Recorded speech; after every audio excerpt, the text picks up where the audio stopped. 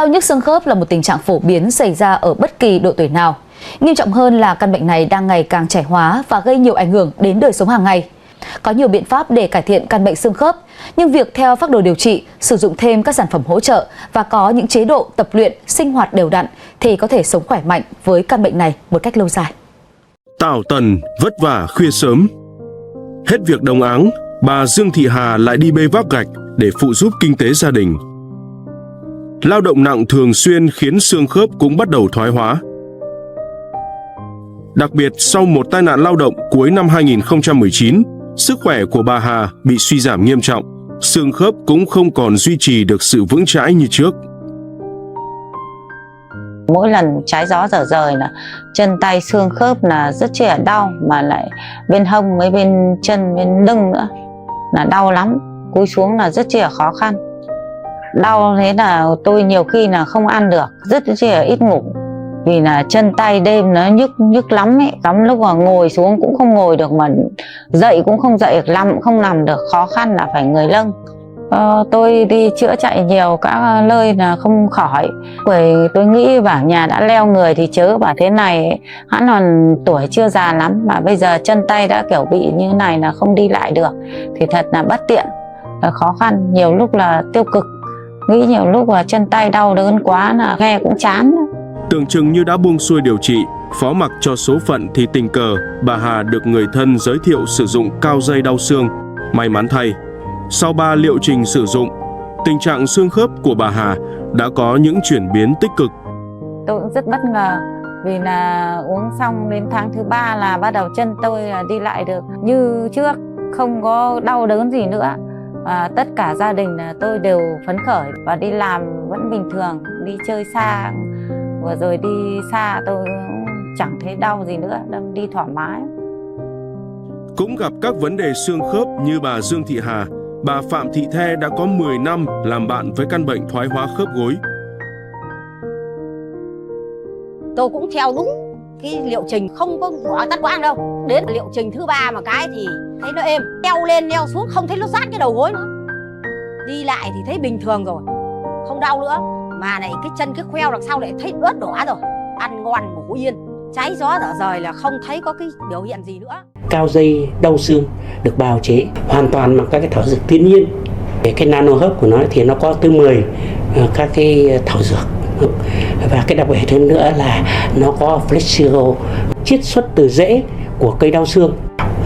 Thế thì cái sản phẩm này nó có tác dụng rất tốt, hỗ trợ điều trị các cái bệnh viêm xương khớp và những các bệnh thoái hóa khớp. Cao dây đau xương là thực phẩm bảo vệ sức khỏe được phát triển dựa trên các bài thuốc cổ truyền đã có từ lâu đời của dân tộc Mường, tỉnh Phú Thọ.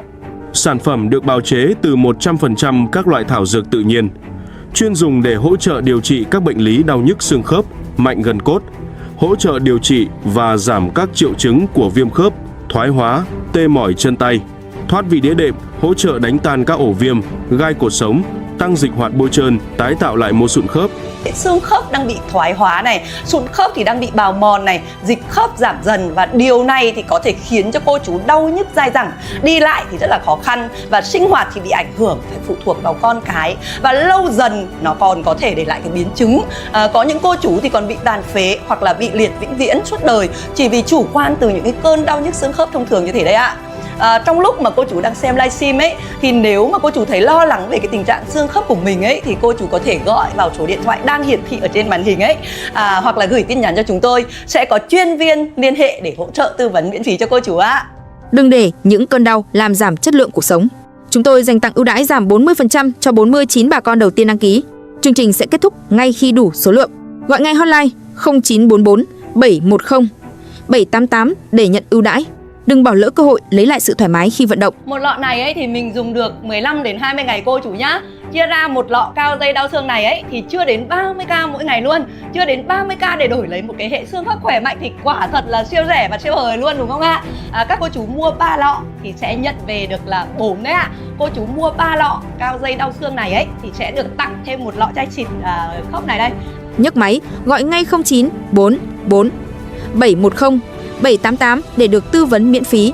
Bác sĩ Nguyễn Mạnh Huy, chuyên khoa cơ xương khớp, Trung tâm xương khớp VIP Care by Doctor, hơn 10 năm công tác trong lĩnh vực nghiên cứu dược liệu và chăm sóc sức khỏe người cao tuổi, tôi nhận thấy các vấn đề về cơ xương khớp hiện nay càng ngày càng phổ biến ở người trung niên và cao tuổi. Trong quá trình thăm khám và tư vấn, tôi gặp rất nhiều bệnh nhân chia sẻ rằng trước đây sinh hoạt bình thường nhưng vài năm gần đây cơ thể bắt đầu có những dấu hiệu thay đổi, đầu gối đau khi leo cầu thang, sáng ngủ dậy các khớp co cứng, ngồi lâu đứng lên thấy khó khăn, các khớp ngón tay, ngón chân kém linh hoạt hơn trước. Nhiều người còn gặp tình trạng tê bì tay chân, đau nhức khi trở trời hoặc mất ngủ về các cơn đau âm ỉ về đêm. Không chỉ vậy, nhiều cô chú còn bị đau lưng kéo dài, đau cột sống thắt lưng, đau cổ vai gáy, thoái hóa đốt sống cổ, thoái hóa khớp gối, đau khớp háng hoặc đau lan xuống chân. Thậm chí khi thay đổi thời tiết, các khớp có xu hướng đau nhức rõ ràng hơn, kèm cảm giác lục khục, lạo xạo khi vận động. Tối thì hai đầu gối đau rất là âm ỉ, việc trở mình cũng khó khăn. Tuổi U60 để mà nói, sức khỏe rất là xuống cấp. Tôi đã tìm hiểu rất nhiều sản phẩm, cho đến khi có một người bạn giới thiệu thôi về sản phẩm cao dây đau xương này thì tôi mới bắt đầu tìm hiểu kỹ hơn về sản phẩm này. Thực ra lúc đầu tôi cũng không quá tin đâu, cho đến khi tôi tìm hiểu kỹ hơn về sản phẩm thì tôi thật sự rất là yên tâm, vì sản phẩm được làm hoàn toàn từ dược liệu thiên nhiên. Hàng ngày tôi pha cao với nước nóng và tôi xịt thêm chai xịt đau xương khớp này nữa thì cơn đau được dịu đi rất nhiều. Sau 1 tháng uống cao dây đau xương thì tình trạng đau đầu gối và đau lưng của tôi được cải thiện đi rất là đáng kể. Đầu gối trở nên linh hoạt hơn, tiếng lục cục lạo xạo trong đầu gối giảm đi rõ rệt. Và đặc biệt là tình trạng tê bì chân tay của tôi cũng được giảm đi và giấc ngủ trở nên ngon hơn. Có nguồn gốc hoàn toàn thuần tự nhiên và có mặt ở khắp mọi nơi trên đất nước ta, đặc biệt là ở Quảng Trị, có một vùng trồng nguyên liệu rất là nổi tiếng, quy trình sản xuất rõ ràng và minh bạch, kiên trì sử dụng, kết hợp vận động phù hợp có thể hỗ trợ tốt hơn cho sức khỏe xương khớp theo thời gian. Nhiều bệnh nhân chia sẻ sau một thời gian sử dụng, cảm giác đau lưng, đau gối, đau cổ vai gáy có xu hướng giảm hẳn, sáng ngủ dậy bớt cứng khớp, đi lại nhẹ nhàng hơn, các tiếng lục cục, lạo xạo trong khớp cũng giảm dần, tình trạng tê bì tay chân cũng có xu hướng cải thiện. Nhiều người trước đây đi lại khó khăn, nay sinh hoạt và vận động thoải mái hơn. Điều quan trọng là cơ thể lấy lại sự linh hoạt và chủ động hơn trong sinh hoạt hàng ngày. Nếu cô chú đang gặp tình trạng đau nhức xương khớp, cứng khớp buổi sáng, đau lưng, tê bì tay chân hoặc vận động khó khăn thì hãy để lại số điện thoại hoặc gọi tới hotline để được tư vấn. Tôi khuyên nên chủ động tìm các giải pháp hỗ trợ từ dược liệu thiên nhiên như dây đau xương, đơn kim, lá lốt để chăm sóc sức khỏe lâu dài. Cô chú có thể liên hệ trực tiếp hoặc nhắn tin ngay để được hỗ trợ tư vấn. Nhấc máy, gọi ngay 09 44 710 788 để được tư vấn miễn phí. Tại quầy thuốc của chúng tôi ấy, thì một trong những cái sản phẩm mà đang được rất nhiều cô chú quan tâm chính là sản phẩm cao dây đau xương này đấy ạ. Đây chính là cái bài thuốc được bào chế từ những loại thảo dược quý, có tác dụng hỗ trợ điều trị đau nhức xương khớp, viêm khớp, thoái hóa cột sống, đau vai gáy, thần kinh tọa, giúp cải thiện sức khỏe xương khớp an toàn và hiệu quả chỉ sau 1 tháng sử dụng thôi ạ. Cô chú nào mà đang khổ sở vì đau nhức xương khớp do tuổi tác này, đau do thay đổi thời tiết này, đau mỏi vai gáy kinh niên này, sáng ra mà khớp tay khớp chân cứng đờ ấy, rồi đi lại thì rất là khó khăn, dùng đủ mọi cách mà tay vẫn mỏi, vai vẫn đau và chân thì nhức, thì nhất định là phải dùng ngay cái cao đau xương này cho Huyền ạ. Mỗi ngày thì dùng đều đặn 2 lần vào sáng và tối, và chỉ sau 1 tháng thôi ấy, thì các cô chú đã cảm thấy những cái cơn đau nhức âm ỉ ở đầu gối này, rồi đau lưng này, đau cột sống thắt lưng này, đau cổ vai gáy này thì giảm hẳn và khớp cũng bớt cứng hơn, đứng lên ngồi xuống thì rất là nhẹ nhàng và đi lại thì cũng linh hoạt hơn đấy ạ. Nhiều cô chú trước đây thì đêm nào cũng đau nhức mất ngủ, rồi trở mình cũng đau, vậy mà sau một cái thời gian sử dụng ấy thì đã ngủ ngon hơn này, cơ thể thì nhẹ nhõm hơn này, và vận động thì linh hoạt hơn rất là nhiều ạ. Nhanh tay, gọi ngay hotline trên màn hình để không bỏ lỡ cơ hội chữa dứt điểm xương khớp nha bà con. Giờ đây, điều quý giá nhất đối với tôi là lấy lại được sự chủ động trong cuộc sống. Tôi có thể tự đi chợ, tự nấu ăn, tự chăm sóc vườn cây nhỏ trước nhà. Đừng nghĩ đau khớp là chuyện bình thường của tuổi già, rồi mặc kệ nó. Hãy chăm sóc xương khớp càng sớm càng tốt. Riêng với bản thân tôi, cao dây đau xương là một sản phẩm khiến tôi rất là hài lòng. Mọi người ai có nhu cầu đặt sản phẩm cao dây đau xương hoặc muốn nghe tư vấn về tình trạng sức khỏe thì có thể để lại số điện thoại trực tiếp hoặc gọi vào số của tổng đài được hiển thị trên màn hình. Chỉ còn lại 19 suất quà dành tặng cho bà con. Nhanh tay, gọi vào số hotline để nhận quà. Với tất cả những cái đơn hàng từ combo 3 trở lên thì đều sẽ được miễn phí này, miễn phí vận chuyển trên toàn quốc đấy ạ. Và mình nhận hàng, kiểm tra đúng hàng chính hãng thì mới phải thanh toán cô chủ nhá. Mua càng nhiều ấy thì sẽ nhận được nhiều ưu đãi và quà tặng. chỉ áp dụng duy nhất hôm nay tại livestream của Huyền thôi đấy ạ. Và không phải lúc nào thì cũng có chương trình ưu đãi như thế này đâu cô chú nhá. Cô chú anh chị mình thì hãy nhanh tay gọi đến số điện thoại trên màn hình hoặc là nhắn tin trực tiếp cho chúng tôi để được tư vấn miễn phí và nhận quà chăm sóc sức khỏe ngay tại nhà. Nhân viên bên Huyền thì lúc nào cũng sẽ luôn luôn hỗ trợ tư vấn sức khỏe cho cô chú vào tất cả các khung giờ trong ngày đấy ạ. Thật sự ấy, hôm đó tôi xúc động mà đó là cái điều mà trước đây gia đình tôi chưa bao giờ dám nghĩ đến.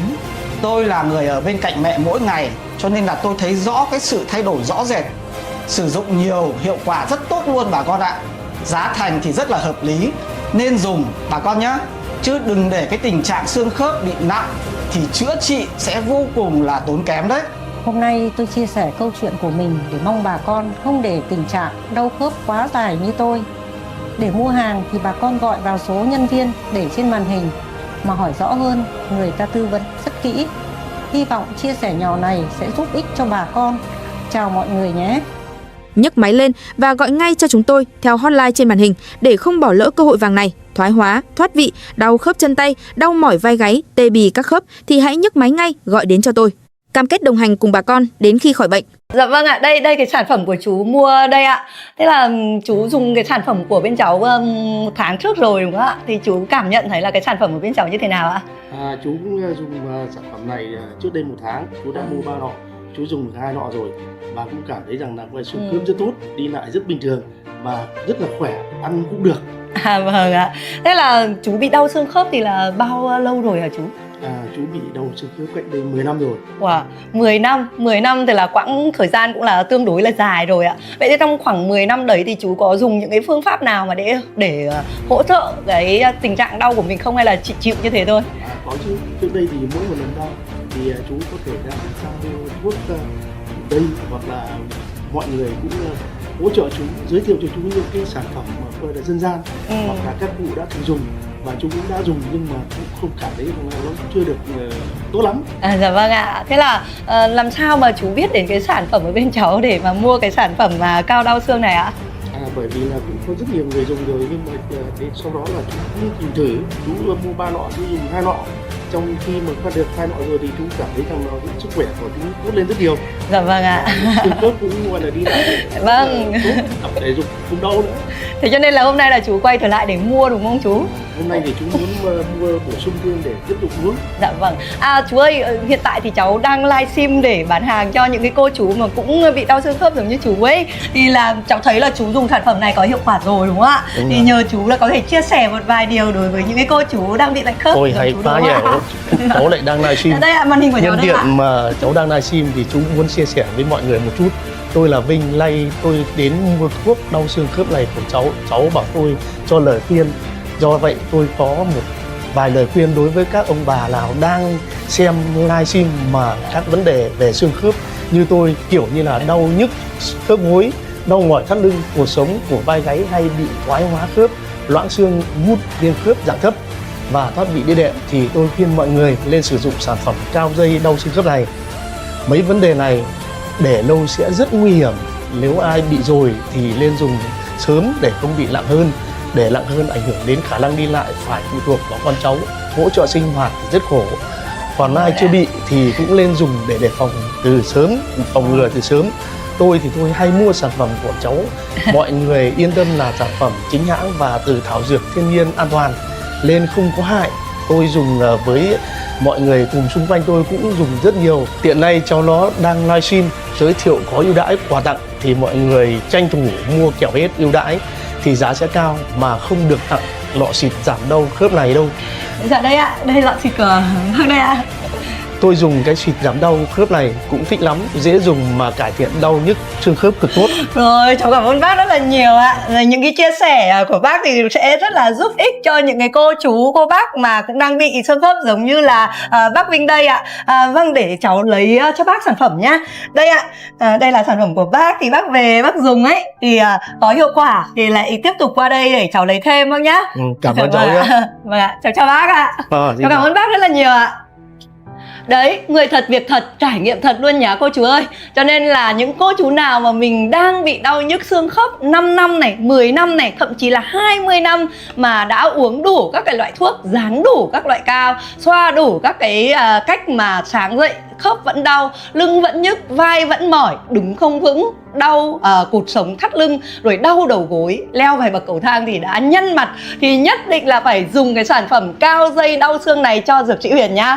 Đấy, thì sản phẩm này ở bên nhà thuốc Minh Tiến thì đang được chiết xuất từ 100% thảo dược quý từ thiên nhiên, như là cây dây đau xương này, đơn kim này, cây lá lốt này, cây trinh nữ này, quả nhàu này, hỗ trợ cải thiện được đau nhức xương khớp, nhưng mà lại không hề gây đầy bụng rồi đi ngoài, ảnh hưởng đến hệ tiêu hóa, hay là thậm chí là không bị tích trữ nước ở bên trong như sử dụng những cái loại thuốc tây đâu ạ. Mình uống một thời gian thì cơ thể mình nó mập và bị phù ra ấy. Đấy, mà tích nước thì rất là có hại cho gan và cho thận, cực kỳ là nguy hiểm. Cho nên Huyền thường khuyên những cái khách hàng mua thuốc là không nên dùng thường xuyên, mà nên dùng các sản phẩm hỗ trợ từ thảo dược thiên nhiên, an toàn, lành tính như là sản phẩm cao dây đau xương này đấy ạ. Và đây là sản phẩm mà mang lại cái hiệu quả thực sự luôn. Huyền thì có thể tự tin khẳng định thứ nhất là sản phẩm chính hãng này, có tem niêm phong chống hàng giả để cho cô chú hoàn toàn có thể yên tâm nha. Thứ hai ấy, là chúng tôi cam kết là dây đau xương thì không có chất cấm, không độc hại và không gây tác dụng phụ. Và thứ ba ấy, là đây là sản phẩm được sản xuất tại nhà máy đạt chuẩn, và sản phẩm đã được cấp phép lưu hành cũng như là kiểm nghiệm bởi các cơ quan chức năng uy tín. Mọi thông tin thì đều được minh bạch, rõ ràng các cô chú nhé. Và thứ tư ấy, thì chúng tôi tự tin vào cái chất lượng sản phẩm, vì thế cô chú thấy được hiệu quả rõ rệt ngay sau một liệu trình sử dụng đúng hướng dẫn. Và đừng để lỡ cái cơ hội vàng với chương trình siêu ưu đãi này ạ. Mua 3 thì tặng 1 xịt khớp giảm đau nhức này, và mua 6 thì tặng 3 xịt khớp giảm đau nhức. Cô chú hãy để lại số điện thoại hoặc là gọi đến tổng đài đang được ghim trên màn hình đấy ạ, để được giữ suất quà ưu đãi.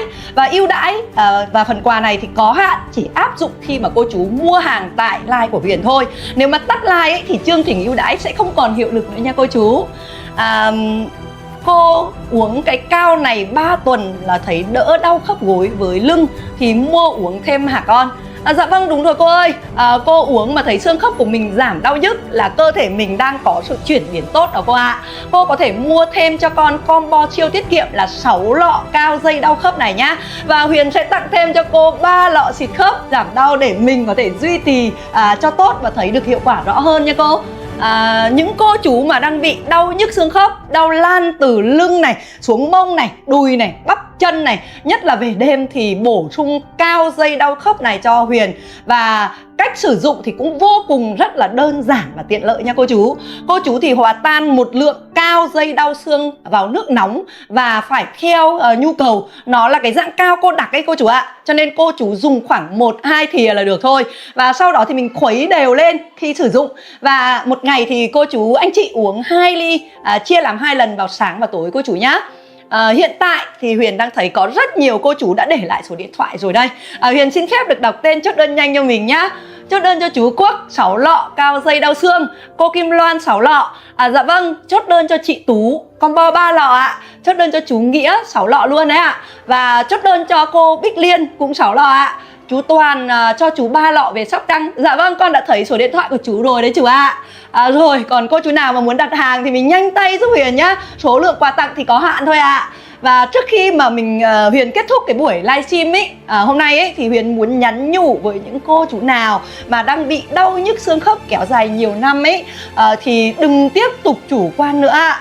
Hãy để lại cái số điện thoại hoặc là gọi ngay vào số điện thoại đang hiển thị ở trên màn hình ấy ngay lúc này, và đội ngũ chuyên viên của nhà thuốc Minh Tiến thì sẽ hỗ trợ tư vấn miễn phí. Còn bây giờ ấy thì Huyền xin phép được kết thúc livestream và xin chào và hẹn gặp lại các cô chú ạ.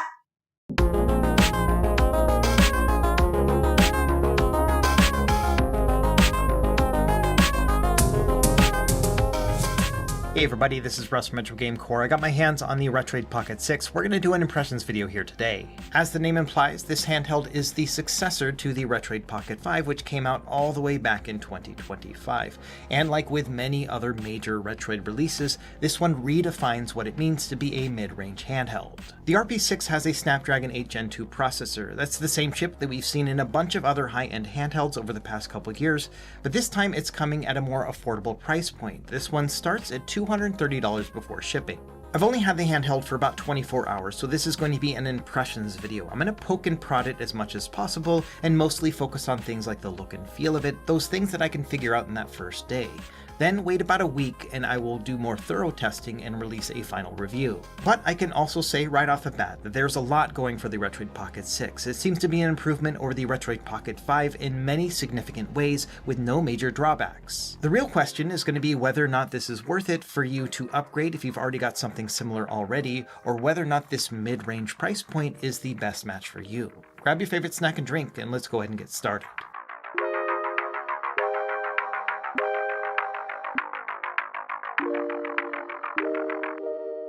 Alright, let's start with the specs. So I already mentioned that this has the Snapdragon 8 Gen 2 CPU, which is integrated with the tried and true Adreno 740 GPU. This is a very compatible and powerful chipset. We've seen it in about a half dozen other handhelds over the years, and it does an excellent job of emulating just about everything you can find on the Android platform. Beyond emulation, it also does a great job with high-end Android games, and you can also play some PC gaming using apps like GameHub and GameNative. The Retroid Pocket 6 is going to come in two different SKUs. There is one with 8 gigs of RAM and 128 gigs of storage, and then another one with an upgraded 12 gigs of RAM and 256 gigs of storage. We'll talk about these two differences later on. One update to the Retroid Pocket 5 is that it has a completely new OLED screen. It's the same size and resolution, 5.5 inches in 1080p, but it now has a higher refresh rate, 120 Hz. And like we've seen with previous devices running at this refresh rate, it's going to come in handy with retro gaming and will improve input latency on retro games too. The RP6 also has a larger battery. It's now 6,000 mAh, 20% larger than the Retroid Pocket 5.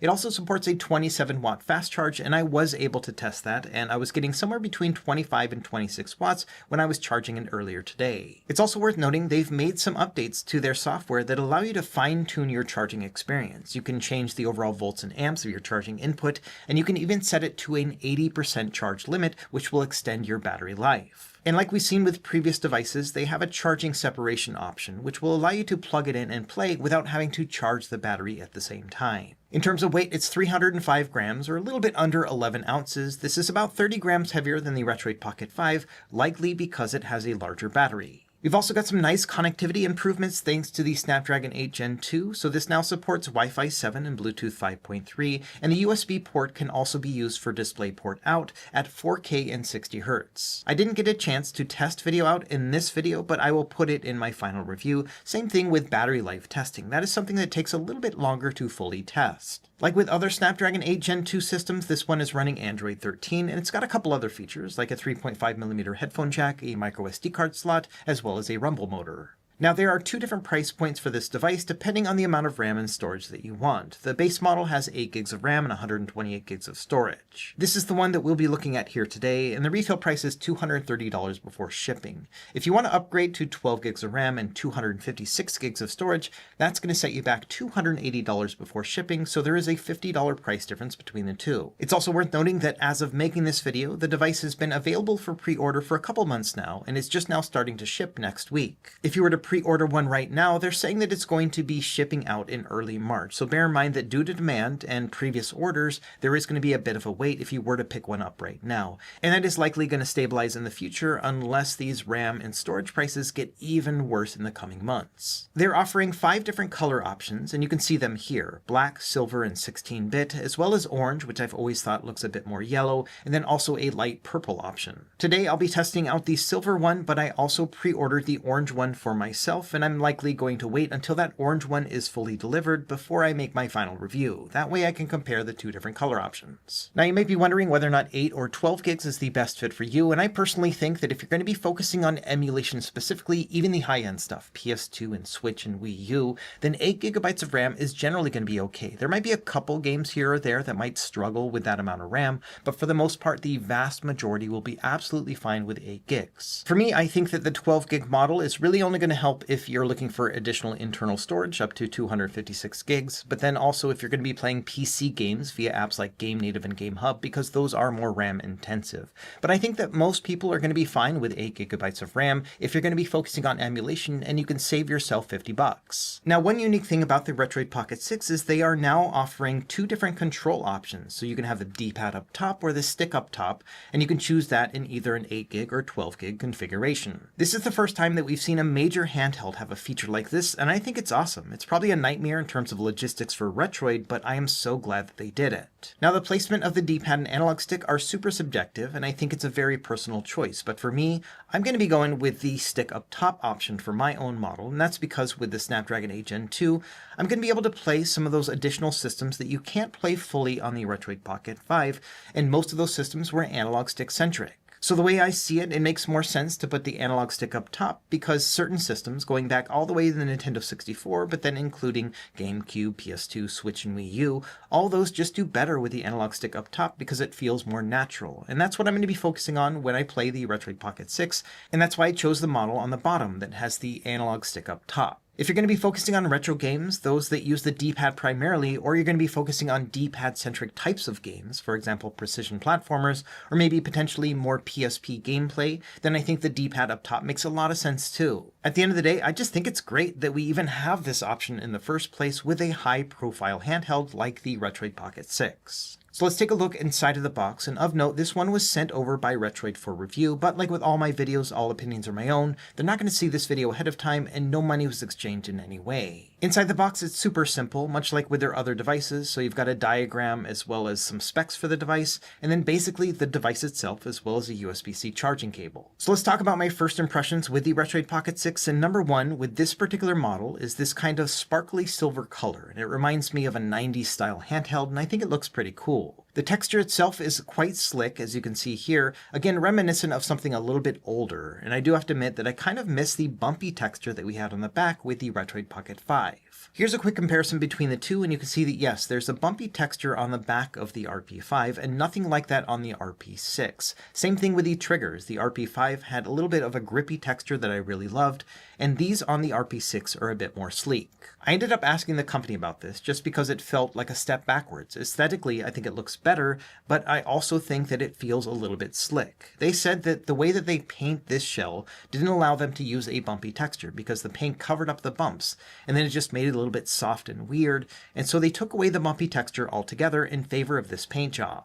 So first impression is that yeah, it looks cool and it kind of has a more 90s vibe and focused more on a nostalgic design. And that's what Retroid has always been known for. The RP5 kind of feels like an outlier because it was more modern and sleek. So I think it looks better, but I'm also missing the bumpy texture here on the back. The front also has a pretty nostalgic design. If we look at this screen and the way that it kind of bumps out right here and then circles around the edges, that's actually the same design as it was on the PSP. And so it almost feels like a very subtle nod to the whole PSP aesthetics where it's rounded on the sides and then squares up in the center, much in the same way that it does more dramatically on the original PSP. So I like that touch right here. I think it's really neat. Now the RP6 had a different design initially. Up top you can see this was the original design. It had 4 function buttons on the front and the speakers were placed below the screen. This made the device taller, a little bit more rounded, but it still had that PSP cutaway as well. When it was first announced, a lot of people pushed back on the design. They said they didn't like it, that it was maybe a little bit too chunky. I personally loved it, but they ended up having a poll to let customers vote whether or not they preferred one design over the other. Over 2/3 of the nearly 10,000 people that voted for this design chose the bottom one. I think that's kind of unfortunate because I really like the chunky nostalgia found in the top design. Those 4 function buttons in particular reminded me more of the PSP LP.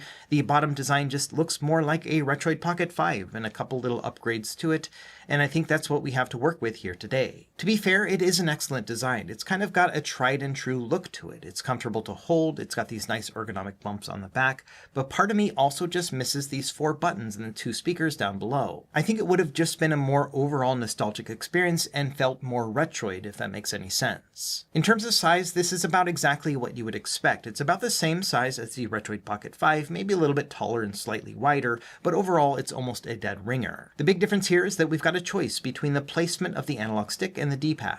It's definitely a sleek and compact handheld. If we compare it to the Nintendo Switch Lite, which has the same 5.5-inch size display, you can see that the RP6 is quite a bit smaller and more compact, especially because it doesn't have these big Switch Lite bezels around the sides of the screen. Another 5.5-inch device that is quite a bit bigger is the Anbernic RG557. This one has an OLED panel, but it also has some pretty chunky bezels, and then these built-in ergonomic grips just increase the size overall. So in terms of pocketability and portability, I think that the Retroid Pocket 6 has the upper hand. The handheld it reminds me of the most is the Odin 2 Mini. This one has a 5-inch screen and some pretty thick bezels as well, but the overall size is pretty similar between these two. And now that we have the analog stick up top, at least as an option with the Retroid Pocket 6, it kind of feels like its other brother. And depending on the color that you choose for the RP6, some of these will have crystal transparent buttons, much like they were on the PS Vita, as well as the Odin 2 Mini, so I like this overall look. Moving up to larger devices, here's the Odin 3. This one has a 6-inch display, same 1080p and 120Hz, but overall this handheld is quite a bit bigger and roomier. In my configuration, these also have a similar analog stick placement, so they look very similar. It kind of lends to the fact that the RP6 feels a bit generic in its design compared to a lot of other devices that we already have. Another similar handheld is the Odin 2. This one is a bit bigger because it's got a 6-inch screen as well as some bigger bezels to it, but you can see that it also kind of looks like a bigger brother to the RP6. And finally, one more 6-inch device. This is the Conquer Pocket Fit, and yes, this one is also both wider and taller overall. When it comes down to it, there are no surprises with the Retroid Pocket 6. As soon as I picked it up, I was like, oh yeah, this is very similar to the Retroid Pocket 5. It's a device that I would consider to be very portable, but not necessarily pocketable, and that's because of these ergonomic bumps, and it's also quite tall once you put it in your pocket. So unless you've got really big pockets and you don't mind walking around with a bit of extra bulge down there, then I think it's probably just better to throw it in a case and toss it in your backpack instead, much like how it was with the Retroid Pocket 5. One thing I did notice about the Retroid Pocket 6 is that the ergonomic bumps feel quite a bit more pronounced than the Retroid Pocket 5. I broke out my calipers and yeah, they're about 26mm at the thickest point against the shell, which is about 3.5mm thicker than the RP5. It's certainly not the thickest handheld that I've seen that's around this mid-range size. It's thinner than the Odin 3 as well as the original Odin 2. So I wouldn't call its ergonomic bumps excessive, but they are significant. And to me, they actually feel pretty comfortable. I've always been a big fan of ergonomic bumps on a device, and so I do appreciate that they're a little bit thicker. The bumps on the RP5 weren't bad, but they felt more like a suggestion than anything, and the RP6 feels like something that I can really grab. It's not to the point of being Steam Deck levels of ergonomics, but I think it does feel quite comfortable to hold for such a compact form factor. It's also a pleasure to hold along the front as well, and that's because it's more rounded than previously. The Retroid Pocket 5 had more of a steep gradient to it. It's not to the point of being a sharp edge, but you can definitely feel that transition.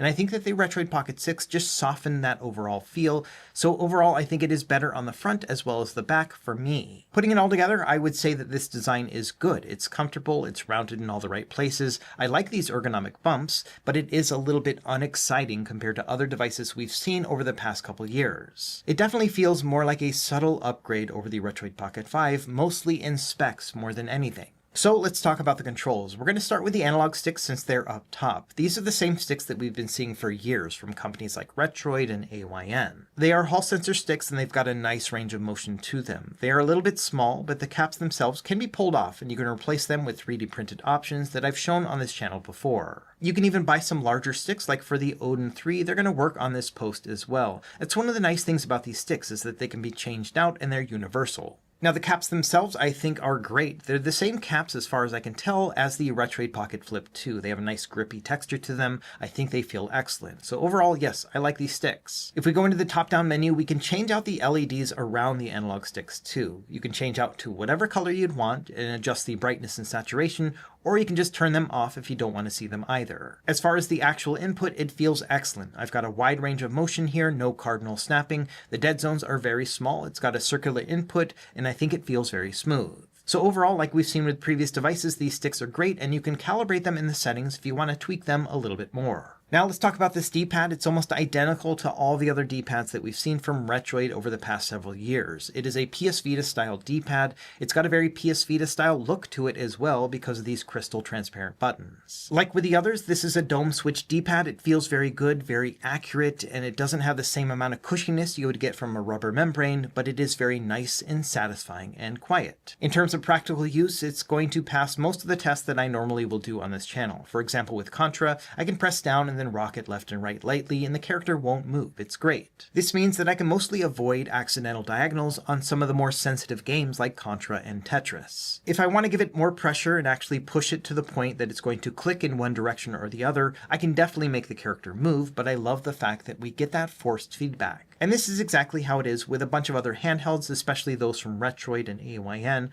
They have these nice dome switches. It's also going to work great in a wide variety of different use cases. For example, with Street Fighter style games, it's a very precise and clicky input. I personally learned how to play these games on a rubber membrane D-pad with the Super Nintendo controller, so it does take me a bit of time to acclimate to the experience of using a dome switch D-pad, but once you get the hang of it, I think that it's a good all-arounder as well. I do think it would have been more comfortable if the D-pad was more inboard, pushed to the right where my thumb naturally rests. When playing a retro game, I can definitely feel a little bit of strain here just by virtue of having to shift my thumb and my hand a little bit too. This is very common with devices that are this size, and so I think the only real fix is to get a larger handheld overall. Even though they call this a quote-unquote bezel-less display, my guess is that there is a bezel hidden under the panel on the left and right here. That's why we have so much empty space. This is another consequence of trying to make this device as small as possible. Let's talk about these face buttons because they are great. They are a true improvement over the Retroid Pocket 5. Number one, they look great. I love the fact that they're crystal buttons. It gives me a very big PlayStation vibe,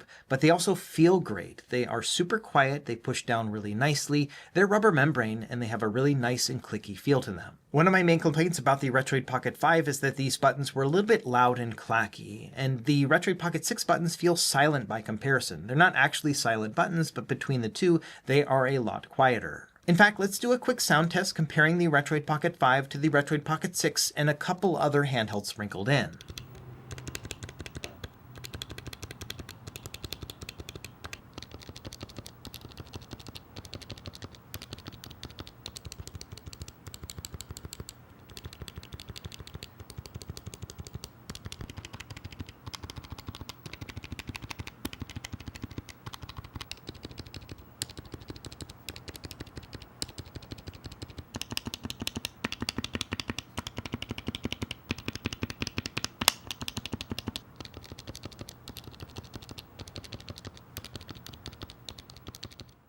So overall, yes, I'm very happy with the sound and feel of these buttons. To give you an idea, I would probably give the Retroid Pocket 5 about an 8 out of 10 in terms of buttons, but I would give a 9 out of 10 to the Retroid Pocket 6. Not quite perfect, but very, very close. Below the face buttons, we've got the right analog stick. It's the same as the left analog stick, but one thing I have noticed is it's a little bit tight in proximity to the face buttons themselves. So I found that as I'm playing retro games, I can definitely feel that my thumb touches against the right analog stick.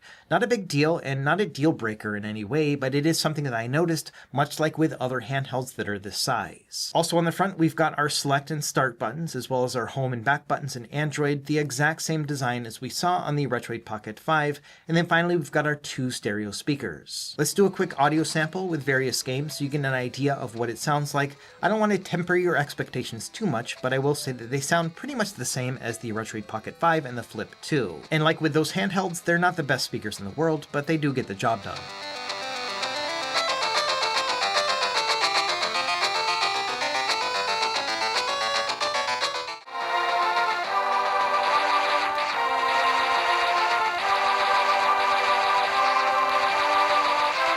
This thing was first announced, I was pretty excited. I didn't really own any of those devices back in the day, so it's pretty cool to have a 2025 version. However, the RG Slide very much so feels like a Generation 1 product.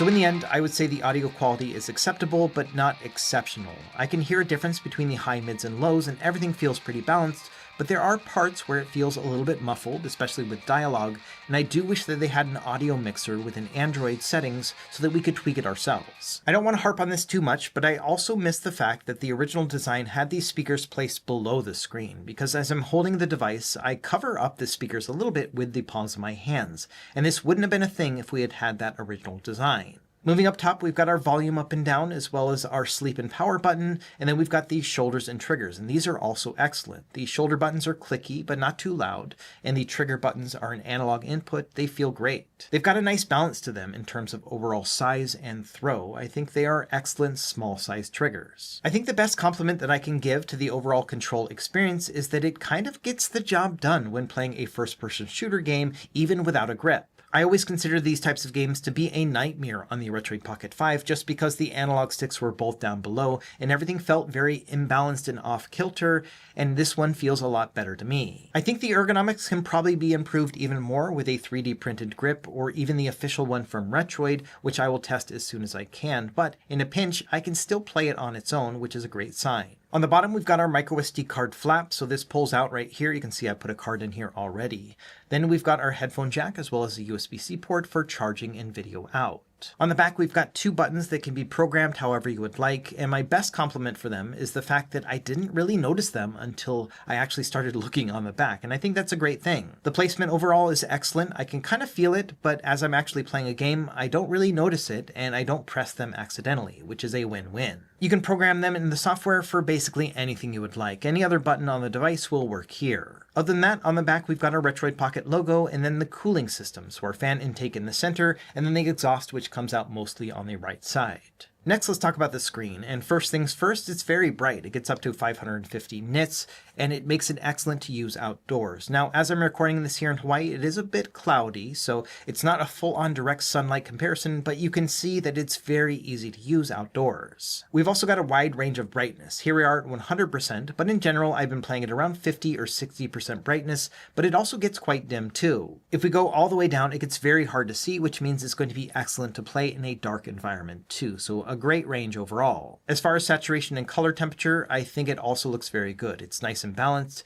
maybe just a shade cooler than the Retroid Pocket 5 screen, but very similar too. So if you're looking for something with colors that just pop and nice deep blacks, then this OLED panel is going to be a dream come true. Now, one thing I did notice about the screen on my first day of testing is that the coating on it seems to be different than the Retroid Pocket 5 and the Retroid Pocket G2. It's still a glass panel, but it seems to retain smudges a little bit more. Just to make sure I wasn't taking crazy pills, I did ask the company if this has a different coating than those other devices, and they confirmed that yes, this has a different sparkle effect coating, and I personally think I'm not a huge fan of it. It takes a lot of work to wipe it clean. All these devices tend to be smudge magnets because you're tapping on the screen all the time, especially with an all-glass front, and so I end up having to use a microfiber cloth on them all the time, but this one takes more work than usual to actually wipe it clean. I'm going to try out a variety of different cloths to see if any of them will buff it out a little bit better, but the ones that I have here in the studio just aren't really getting the job done. It's been a little bit annoying over the past day. It's actually to the point where I think I'm going to pick up one of these tempered glass screen protectors and put it over the front because the glass on this is going to be a little bit easier to wipe clean.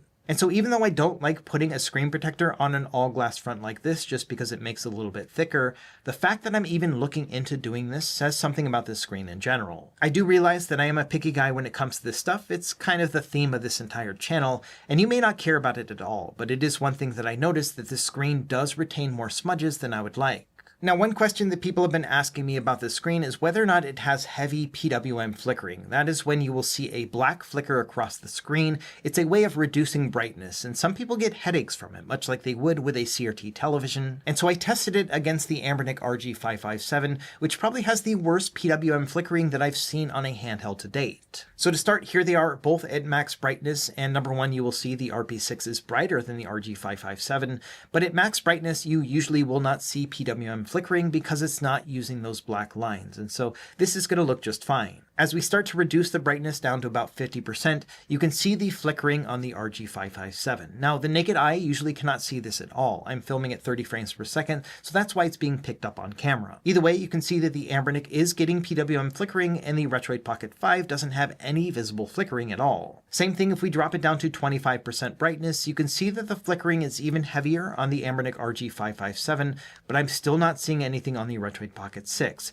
This is the same result that I've seen on other high-quality panels like the RP5, the Odin 3, the Odin 2 Portal, and so overall, yeah, I think the PWM flickering is not going to be an issue with the Retroid Pocket 6. Okay, now let's talk about performance and benchmarks. We're going to start with Wildlife Extreme Stress Test by 3D Mark. So this is a 20-minute test that does 1-minute loops, and it pushes the device pretty hard, mostly on the GPU side, but it's a great way to compare it against other handhelds. And so here are the results of the test that I took earlier today. We got a top score of 3735. That is the best loop that we got, and the worst one we got was 3701. So we have a very stable experience here running at the highest performance mode and the highest fan. 99.1% stability. This means that you can expect a very consistent performance as you play over an extended period, especially on the high-end level. And this is great. This means that the cooling is doing its job. We also lost 10% battery over this 20-minute period, and if you extrapolate that to 1 hour, that means that 30% battery drain over 1 hour when pushing this device to the max. That means you'll get a little bit over 3 hours of battery life when pushing it really hard with something like a benchmark. I'll do more thorough testing of the battery later, but that's a really good sign. If we're going to be able to push it as hard as we can and still get 3 hours of battery life, that's excellent. So earlier today, I took out 10 different handhelds and I did the exact same test, the 20-minute loop test with 3D Mark Wildlife Extreme. For each of these devices, I made sure they were fully updated and updated the 3D Mark app as well, and then just did that 20-minute loop. And of note, all of these devices were running at their highest performance mode and the highest fan setting as well to get the best cooling and most stability possible. There's a lot of data here, but let's try to extrapolate as much as possible really quickly. So on the very bottom, we've got the Retroid Pocket 5 with the Snapdragon 865. This is a $200 handheld. This one has very stable performance. The cooling does great for this chipset, and you can see that we've got an average of 99.3 stability, but the score itself is less than half of the Retroid Pocket 6. Moving up one row is the Retroid Pocket G2. This one's kind of like a Retroid Pocket 5 Pro because it's exactly the same but with a better chipset. This one costs $20 more, and it's only $10 cheaper than the Retroid Pocket 6, but the performance is not quite there compared to the Snapdragon 8 Gen 2, at least in this benchmark. It's about 20 to 25% worse, and the stability is not quite there either, 91.8%, which also makes sense because this cooling was made for the Snapdragon 865, not the G2 Gen 2, so it's not quite as efficient. Moving up one row is the Anbernic RG557 with the Dimensity 8300 chipset in it. It's a little bit more expensive than the Retroid Pocket 6, but the performance is not there either. Just today, I updated to the latest version of the Anbernic stock software, and that caused a lot of stability issues at the high performance mode. You can see here that I was not able to actually finish the test. I tried it about 5 or 6 times, and usually around minute 11, it would reset the device completely, and so it would just completely crash. So I wasn't able to get a full idea of how it works in terms of stability or anything. I was able to get a 1-minute test done, and that score was 3214. So it's a pretty respectable score, but the stability obviously is having issues with Anbernic stock software. I'm going to put a custom OS called Gamma OS on it here soon and see if that improves the stability, because I think it will. Moving up from there, we've got a bunch of Snapdragon 8 Gen 2 devices, everything from the Odin 2 line of devices and the AYN Thor. And you can see that the scores here are very similar, but the Retroid Pocket 6 actually outperforms a couple of the other ones in terms of stability as well as just the overall highest score. All these rows are in order based on the lowest score altogether. That means that the absolute worst score that it got is the highest one that we're ranking right here. And the only device with the Snapdragon 8 Gen 2 with the current software that ran better than it is the Odin 2 Mini. Now there's a lot of variation that's involved here in terms of like the thermal paste that they put on it and a lot of other factors. So I'm not saying that the Retroid Pocket 6 is better performing than any of the other devices, but it is nice to see that it is stable and it also holds its own compared to these other ones as well. Moving up from there, we've got the Conquer Pocket Fit with the Snapdragon G3 Gen 3, which is the equivalent of the Snapdragon 8 Gen 3. So it's a generation ahead, and this one gets a much better score because it is a better chipset. It is worth noting that this one had the worst stability of all the devices that I tested in this mid to high end range. And then finally at the very top, we've got the current King handheld, the AYN Odin 3 with the Snapdragon 8 Elite chipset. Again, another generation ahead of the other devices, and those scores reflect it. This device also starts a full $100 more than the Retroid Pocket 6, so it really depends on whether or not you want to go with very high end or something in the mid-range at $230 with the RP6. It's also worth noting that compared to the other Snapdragon 8 Gen 2 devices, this one is quite a bit cheaper. Now, GPU benchmarks like Wildlife Extreme only tell one part of the story. When it comes to emulation, a CPU benchmark actually gives us a better indication of how it's going to do when it comes to emulating higher-end systems, because single-core and multi-core CPU scores mean a lot more. So here we have the Retroid Pocket 5, the G2, and then, of course, today's Retroid Pocket 6. And you can see that it follows a pretty distinct line, where it's almost double the performance when it comes to the Retroid Pocket 6, and then the G2 is surprisingly close to the Snapdragon 8 Gen 2 when it comes to CPU performance. What this says to me is that there's a pretty big improvement from the Retroid Pocket 5 to the Retroid Pocket 6, especially if you're going to be emulating higher end stuff like PS2 and Nintendo Switch. You're going to get a much better experience on the RP6, but the G2 can also hold its own. I'm going to talk about these two more in my final review, but I think this really goes to show what I've been thinking this entire time, in that because there's a $10 difference between the two, I don't really see much of an incentive to stick with the G2 compared to the Retroid Pocket 6, just because we've got additional options in terms of the D-pad and analog stick placement, and a higher refresh rate on the display, and of course a slightly more powerful chipset. So long story short, when it comes to benchmark performance, the Retroid Pocket 6 performs exactly as I expected. Now, another aspect that goes hand in hand with benchmarking is overall cooling and performance, especially when it comes to fan noise and just whether or not it's stable. And we already saw that this is a very stable cooling experience, but what about the fan noise? Right off the bat, I did notice this is a relatively quiet fan. Even if you put it in the highest setting, it's kind of hard to hear overall. But I also did notice a bit of coil whine with my particular device when putting it in the highest fan mode. So I'm going to give you a listen so you can hear the overall pitch of this fan. I don't think it's the end of the world, and like I said, it's very quiet, but this might bother you.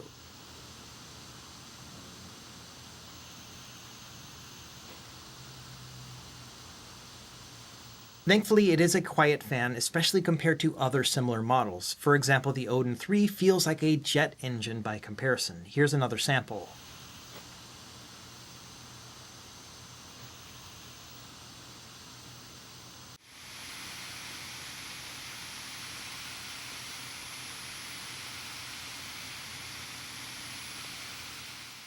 Okay, next I did some light emulation and other game testing, but again, I've only had this device for about 24 hours, so I just kind of breezed through my favorites to see what the experience is going to be like. When it comes to handheld systems, it was exactly what I expected. All of this stuff is going to play absolutely fine. Moving into 8 and 16-bit systems, this is where things got interesting because we have that 120 Hz display. So in this setup, I basically threw everything that I could at it. I used the CRT Beam Simulator shader, which gives us improved motion clarity thanks to having 120 Hz to work with. And also because it's a powerful chipset, I threw on the CRT Geom Deluxe shader too, which gives it a nice CRT effect and softens everything and makes it look a lot more rich and deep. In addition, I turned on 1 frame of run ahead to reduce the overall input latency, and it's an excellent retro gaming experience, all things considered. You're going to get 4.5 inches of screen real estate when playing 4x3 content like this, and I think it looks great. To give you an idea of performance, I was able to do these settings with just about every retro system. For example, here with Dreamcast,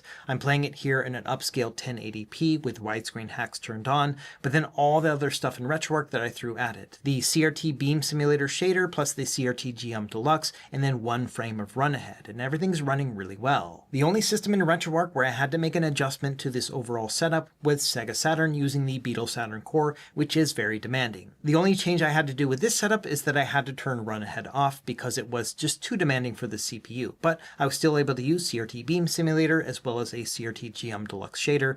Everything looked great and was playing at full speed, just without that run ahead. The RP6 is also going to be excellent for PSP, much like other Retroid Pocket devices. All the way back to the 3 Plus, these have been able to play upscaled at full speed, and so this is no different. 1080p upscale. It looks beautiful on this OLED panel. The real difference is going to come when playing the higher end systems, GameCube, PS2, and beyond, because most of these are going to be set and forget. Within Dolphin, I played everything at a 3x resolution upscale, and in general, the only settings tweak that I have to do is to decide between OpenGL for accuracy or Vulkan for speed. The vast majority are going to play great with OpenGL, but a couple give you a more consistent performance with Vulkan backend, for example F-Zero GX. Again, at a 3x resolution upscale with the widescreen turned on, this looks awesome. You're going to get the same performance with PS2 as well, where you can push it up to 2.5x resolution, which will blow it up to 1080p, and all these games are going to play just great. In fact, with this one, I rarely would turn it from OpenGL over to Vulkan. Everything plays at full speed. So here with God of War 2, I'm playing it with OpenGL turned on and 2.5x resolution, no problem whatsoever. In fact, with OpenGL, I was able to play it at a 4x resolution or 1440p with no problem. It only really was once I got to a 5x resolution upscale that I saw a bit of slowdown. And at that point, you probably could just switch it over to Vulkan and it's going to play at full speed anyway. So overall, yes, this is going to eat through most PS2 games. I also tested some other high-end systems like Wii U and Switch, but I'm going to save those for the review, but suffice to say that they performed exactly as expected with a Snapdragon 8 Gen 2. I also did some PC game testing with GameHub and Game Native, but I was kind of limited in both time, but then also I've only got 128 gigs of internal storage with this particular model. Either way, I tested out Octopath Traveler 2 in GameHub, as you can see here, and this is kind of a middleweight RPG, and it's running just great. I upscaled it to a 1080p, so everything's looking excellent, and then I also capped it to a 30 frames per second experience. This game will probably play around 40 frames per second if you want to push it all the way, but I found that 30 was a lot more stable and it's not quite as demanding. And so this is how I would play this game, especially with an RPG where the frame rate doesn't make that big of a difference. So this device is going to work great for PC gaming like other Snapdragon 8 Gen 2 handhelds,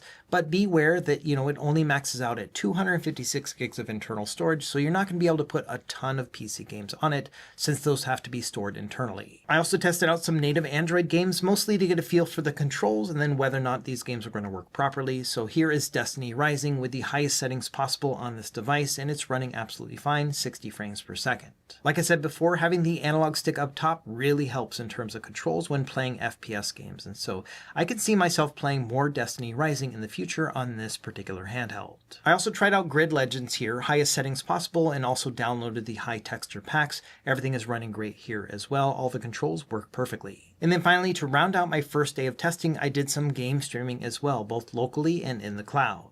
First, let's talk about streaming locally. So this is Hades running on a computer here in the studio, and I'm just playing it as it is. I'm playing at 120 frames per second, and I'm getting an average of about 2 to 2.5 milliseconds of decoding time here in Apollo and Artemis. To me, this means that it's going to be an excellent device for local game streaming. If you've got a PC in your house, but you want to play on your couch, this can be an excellent time overall. I also tried out Xbox Game Pass via NVIDIA GeForce Now. I'm using the paid tier, which allows me to play at 120 frames per second. I can also upscale this to 1080p and then use the ultra settings too, and it's still going to run at 120 FPS. This is an excellent experience if you're playing from the cloud. Now, I live in Hawaii, and so my ping is pretty bad. It's around 60 milliseconds, but if you're on the mainland US, you should probably get some better speeds than this. Regardless, I think that this device is going to do a great job when it comes to streaming. The only downside I can see is that it's only a 5.5-inch display, which does get a little bit small when playing modern games. Okay, we've done a ton of testing for an impressions video, so let's start wrapping up and talk about my good and bad impressions so far with the Retroid Pocket 6. And there is a lot to like here on the left side. It's got an excellent size and shape overall. It's kind of a tried and true design. It feels a lot like the Retroid Pocket 5, but that's not necessarily a bad thing. It's also an excellent screen. It's OLED 1080p, 5.5 inches, and 120 Hz is excellent when it comes to retro gaming and using things like black frame insertion as well as CRT beam simulator shaders. So I'm really happy with this screen overall. I also can't say enough good things about the improved face buttons. They're much quieter, they are less clacky, they feel like a significant improvement over their previous model. Another big improvement is the fact that we have a choice between where we want our analog stick and D-pad, and I love the fact that it feels a bit more personalized when you purchase this device, and it's the first time we've seen it from a major handheld brand. I also continue to love the Snapdragon 8 Gen 2 and its performance. It's got wide compatibility. We can play just about anything on Android with this chipset. There are devices that can run a little bit better, but they are going to cost more and they may not have the same compatibility as the Snapdragon 8 Gen 2. So very happy with the chip choice here. And then finally, I think it's worth noting that Retroid has some rock-solid Android software. We'll talk about this more in the review, but there isn't really a lot that's changed here, but they've done a very good job just making it very stable and seamless, and I think that's worth paying attention to. Now, of course, no device is perfect, but it was kind of hard for me to find some bad impressions with this device, and many of these are very subjective. The first is that I'm not a fan of this new texture and coating that they've put on the glass on the front here. It just seems to be quite smudgy and it retains the smudges more than I would like. To put it another way, I had to use glass cleaning wipes on this display about 3 or 4 times throughout my day of testing, and that's not something I would normally have to do. I think time will tell whether or not this is going to bother other people as well, but if you are happening to pick up this device, I think it might be worth spending the $6 to get the screen protector just in case you don't like this texture and coating like I do. Speaking of texture, another thing that I wasn't a huge fan of is the slick plastic texture on the back of it, and most of this has to do with the fact that I got very used to the grippy texture on the Retroid Pocket 5, so this did feel a bit like a downgrade. On the bright side, it does make the device look more nostalgic and retro, but if I had to choose between the two, I would rather have the grippier texture. And then finally, the last of my 3 nitpicks, this does feel a bit like a generic design. After all, it just kind of looks like a Retroid Pocket 5, or kind of like an Odin 3, but a bit smaller, and I was hoping for something a bit more unique from Retroid, because they usually will try a completely different design with each of their iterations. Part of this probably has to do with the fact that I saw that original design, and I loved it, and then we got this other one instead. And so, personally, if I could go back in time, I would convince 10,000 of my closest friends to vote for the one up top instead of the one down below, because I think there are a lot of good benefits to it. Not only do those 4 function buttons just look a lot more retro and nostalgic and more PSP-like, but it makes the device taller, which I think is going to make it more comfortable. It also adds additional space between the face buttons and the analog stick, which I again think would be more comfortable. And then of course we have those speakers down below the screen, which I think would have improved the audio as well. So part of this is just me lamenting about what could have been with the previous design, but I do think the new one is a bit more sterile and generic. So wrapping up this very long impressions video, you might be wondering whether or not I'm happy with the Retroid Pocket 6, and this is a very easy yes. There are a couple things that I don't really like, but overall there are way more positives than negatives with this handheld. I love the fact that they kind of stuck to their guns and made something that's an improved Retroid Pocket 5. Better performance, better screen, and overall better comfort and controls. I think the bigger question is whether or not this is going to be worth upgrading if you already have a similar device like the Retroid Pocket 5 or maybe an Odin 2. It's really going to depend on your own use case and what you're looking for in terms of shape and size. And I think that's something that I'll explore more in the final review in about a week. For now, I'm just really looking forward to testing the Retroid Pocket more until I make that final review, because it kind of feels like an endgame smaller mid-range handheld. So let me know what you think in the comments down below. Are you interested in picking up a Retroid Pocket 6, or do you already have something similar? And also let me know what you'd like to see in my final review. What games would you like me to test, what platforms, and other factors as well. As always, thank you for watching. Be sure to like and subscribe if you found this helpful, and we will see you next time. Happy gaming.